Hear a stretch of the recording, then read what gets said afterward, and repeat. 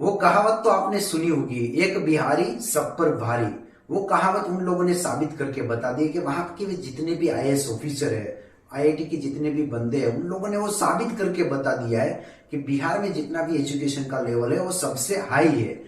इतना सबसे ज्यादा टैलेंट होने के बाद भी वहां पे कोई अच्छी इंडस्ट्री क्यों नहीं आना चाहती है। और बिहार के जो सीएम है वो नीतीश कुमार का तो वो कहना है कि बिहार में जितनी भी लैंड है वो लॉकलैंड लैंड है, जिसकी वजह से कोई भी इंडस्ट्री नहीं आना चाहती। और बिहार जो के जितने भी आजू बाजू के एरिया है वहां पे पोर्ट की इतनी फैसिलिटी नहीं है, जिसकी वजह से भी कोई भी इंडस्ट्री आना नहीं चाहती है। वैसे हम बात करेंगे तो दोस्तों राजस्थान, पंजाब और हरियाणा वो भी एक लैंड लॉक की एरिया है, तो वहां पे तो बहुत सारी इंडस्ट्री है। दोस्तों क्या है सच्चाई जानते हैं आज की वीडियो में। नमस्कार दोस्तों, मैं हूं कौशिक और स्वागत है आपका मोटिवेशनल गुरु में। आमतौर पे कोई भी अगर इंडस्ट्री जहां पर भी एस्टेब्लिश करेगी तो सबसे पहले वो सोचेगी कि उसका क्या प्रॉफिट हो रहा है और उसका क्या लॉस हो रहा है। वो सबसे जानना ज्यादा जरूरी है, क्योंकि कोई भी इंडस्ट्री ऐसी ऐसी जगह पे वो एस्टेब्लिश नहीं करती है। और जहां पर भी दोस्तों पोर्ट की फैसिलिटी ज्यादा रहेगी तो कोई भी इंडस्ट्री है उसको सबसे ज्यादा ट्रांसपोर्ट का फायदा रहेगा, क्योंकि पोर्ट जहां पे रहेगा वहां पे मटेरियल आने का, इंपोर्ट और एक्सपोर्ट का जो खर्चा है वो बहुत ही कम हो जाता है। वैसे हम राजस्थान की बात करेंगे तो दोस्तों राजस्थान में सरसों है, बाजरा है और उनका उत्पादन सबसे ज्यादा हो रहा है। और करीबन दोस्तों 40,000 से भी ज्यादा वहां पे छोटी और बड़ी इंडस्ट्री मिला के सब 40,000 से ज्यादा है, जिसकी वजह से वो इतना बहुत ही ज्यादा फेमस राज्य हो गए। और दूसरी जगह से हम बात करेंगे, हरियाणा की बात करेंगे। और हरियाणा स्टेट भी दोस्तों सबसे ऑटोमोबाइल के बारे में सबसे ज्यादा पहचानने वाला शहर है, क्योंकि ऑटोमोबाइल की जितनी भी पुरानी कंपनी हो वहां पे भी मौजूद है। और आजकल की डेट में हम देखेंगे तो आईटी का जो सेक्टर है वहां पे भी दोस्तों हरियाणा जो स्टेट है उसका प्रभाव भी सबसे ज्यादा है। और तीसरे स्टेट की हम बात करेंगे दोस्तों पंजाब। और जितने भी एशिया में ज्यादातर दोस्तों गेहूं पैदा करने वाला अगर स्टेट है तो वो दोस्तों दूसरे नंबर पे पंजाब स्टेट आता है। पंजाब जो स्टेट है उसका भी आईटी सेक्टर में उतना ही योगदान है जितना हरियाणा का है। वहां पे भी कई सारी ऐसी बड़ी बड़ी इंडस्ट्री है वो आगे डेवलप हो ही रही है। और दोस्तों नीतीश कुमार की बात के साथ तो मैं तो एग्री नहीं हूं, क्योंकि जहां पर पोर्ट की फैसिलिटी नहीं है, लैंड लॉक एरिया है, वहां पर इंडस्ट्री नहीं आ सकती, ऐसा तो हो ही नहीं सकता है। कुछ दशक पहले की बात है दोस्तों, बिहार को तो इंडस्ट्री का हब माना जाता है, क्योंकि वहां की जो फर्टाइल लैंड है उसमें सबसे ज्यादा गेहूं, धान और बिहार के जो फ्रूट है वो यहाँ तक कि देश और विदेशों में बहुत ही सारा फेमस था। और ब्रिटिश शासन की हम बात करेंगे तो दोस्तों पटना जो बिहार का है उसको एक इंडस्ट्री का जंक्शन यानी कि हब माना जाता था।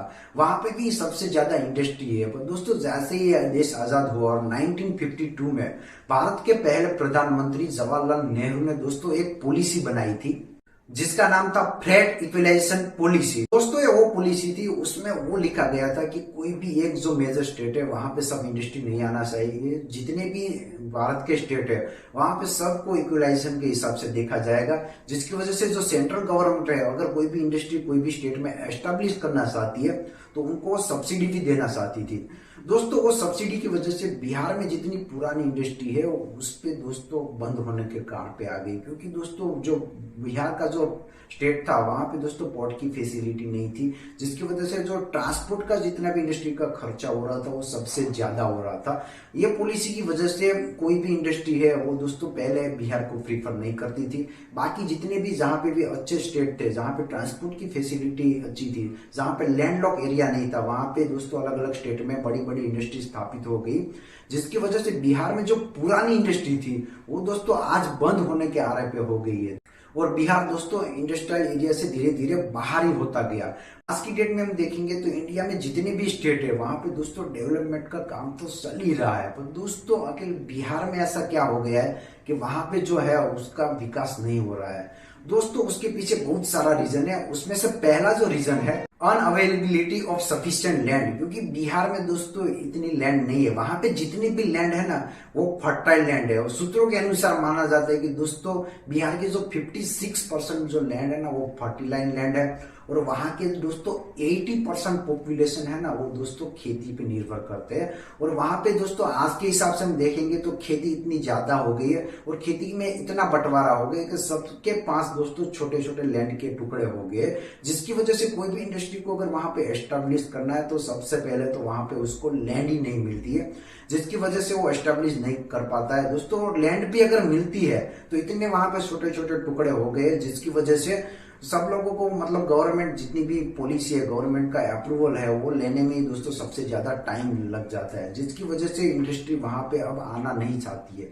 और दूसरा सबसे बड़ा पॉइंट की बात करेंगे तो वहां की जो है बैड बिजनेस हिस्ट्री, क्योंकि दोस्तों बिहार में सूत्रों के अनुसार माना जाता है वहां पे पहले दोस्तों 3000 जैसी राइस मिल थी, उसमें से 2000 तो आज बंद हो गई थी, और 35 जैसी वहां पे चीनी मिल थी, वहां पे उसमें से दोस्तों 18 मिल तो आज बंद हो गई थी। उसके पीछे दोस्तों वही रीजन है कि जो 2000 जो राइस मिल जो बंद हुई वो दोस्तों करप्शन की वजह से बंद हुई, और गैर डकैत जो वसूली थी उसकी वजह से वो बंद हो गई थी। और 18 जो चीनी मिल थी वो गवर्नमेंट के कई सारे ऐसे रूल्स और रेगुलेशन की वजह से वो खत्म हो गई थी दोस्तों। वो उसके लिए उसको बहुत ही फटकार जैसा लगा था। 1952 में दोस्तों कई सारे किसानों ने मिलकर अपना जो जमीन का हिस्सा था एक प्राइवेट कंपनी को दे दिया और एक शुगर मिल की स्थापना की दोस्तों, जिसका नाम था वारिसलीगंज शुगर मिल। दोस्तों ये मिल ने चीनी इतना प्रोड्यूस किया कि सन 1976 में दोस्तों सेंट्रल गवर्नमेंट ने गोल्ड मेडल से वो मिल को सम्मानित किया। दोस्तों ये बिहार के लिए बहुत ही प्राउड मोमेंट थी।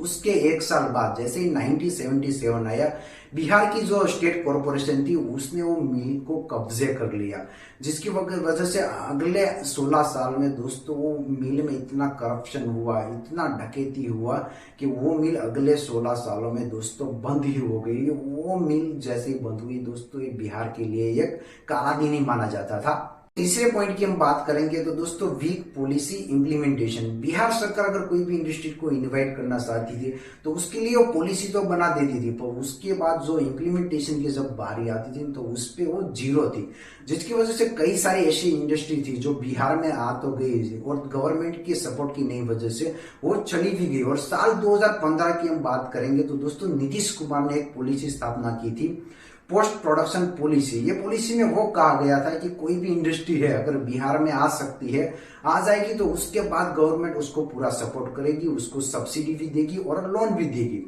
ये पॉलिसी की वजह से कई सारी ऐसी इंडस्ट्री है वो बिहार में आ गई, पर जिसके बाद दोस्तों गवर्नमेंट के पास वो सपोर्ट लेने गई, गवर्नमेंट के पास वो पॉलिसी का फायदा लेने गई, सब्सिडी लेने गई, तो गवर्नमेंट ने अपना पूरा हाथ ऊपर ही कर दिया, जिसकी वजह से जो भी इंडस्ट्री थी वो लॉस में ही चली गई और वहां से दोस्तों पलायन ही, उसको माइग्रेशन ही कर दिया। जिसकी वजह से मैं आज हम देखेंगे तो बिहार में इतनी इंडस्ट्री नहीं है, क्योंकि वहां की जो गवर्नमेंट है वो दोस्तों बहुत करप्ट हो गई है, इंडस्ट्री को सपोर्ट नहीं करती है। और इंडस्ट्री के जितने भी एस्टेब्लिश वाले बिजनेसमैन थे उसने तो मन में ठान ही लिया था कि अगर हमने बिहार में दोस्तों इंडस्ट्री डालना है तो हमें गवर्नमेंट का सपोर्ट नहीं मिलने वाला है, अपने दम पे ही डालना है। ये पॉलिसी की वजह से दोस्तों कई सारे ऐसी इंडस्ट्री है जिसको बहुत गैर फायदा हुआ और उन लोगों ने माइग्रेट दूसरे स्टेट में कर दिया, जहां पे जो ये पॉलिसी का मतलब इम्प्लीमेंटेशन अच्छा है, जहां पे गवर्नमेंट अच्छी सपोर्ट करती है, वहां पे दोस्तों बिहार में उन लोगों ने कंपनी वहां पे ट्रांसफर कर दी। और फोर्थ जो सबसे मेजर पॉइंट है वो है वहां की डर्टी पॉलिटिक्स, क्योंकि दोस्तों पहले बिहार में इतना जातिवाद नहीं था, इतना जाति के आधार पर लोग नहीं झगड़ते थे, पर जैसे ही आरजेडी के प्रमुख लालू प्रसाद यादव मुख्यमंत्री के दावेदार हुए उसके बाद तो दोस्तों इतना वहां पे माहौल खराब हो गया। वहां पे की जो छोटी छोटी कौम थी उसको ऐसा लगा कि यही हमारे मसीहा है। वहां पे दोस्तों डकैती शुरू हो गई, लूटपाट शुरू हो गई, करप्शन शुरू हो गया, यहाँ खुलेआम लोगों का मर्डर होने लगा।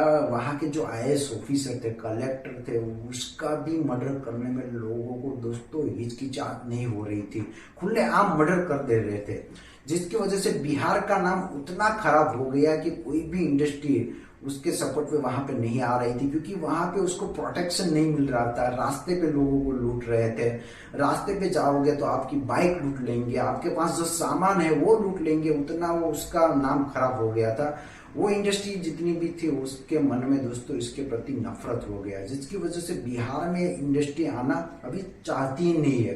पर आज की डेट में हम बात करेंगे आरजेडी और जेडीयू के जो भी प्रमुख है वो इंडस्ट्री का जितना भी एरिया है इंडस्ट्री के बारे में बहुत ही सोचते हैं, उसके ऊपर बहुत सारे ऐसे प्रिकॉशन भी लेते हैं, उसके डेवलप करने के लिए बहुत सारे स्टेप भी उठाते हैं, जिसकी वजह से इंडस्ट्री वाले को ऐसा लगता है कि अभी बिहार में हम जा सकते हैं। तो ये जो उसका स्टेप है वो कितना सफल होता है वो तो आने वाले समय में ही पता चलेगा कि गवर्नमेंट उन लोगों को कितना सपोर्ट करती है। दोस्तों आपका क्या ओपिनियन है इसके बारे में कमेंट सेक्शन में जरूर जनाइए, क्योंकि बिहार में इंडस्ट्री क्यों नहीं आना चाहती है और कैसी लगी आपको इंफॉर्मेशन। अगर ऐसे ही अमेजिंग वीडियो जानना है तो मेरी चैनल को लाइक कीजिए, शेयर कीजिए और सब्सक्राइब करना मत भूलिए।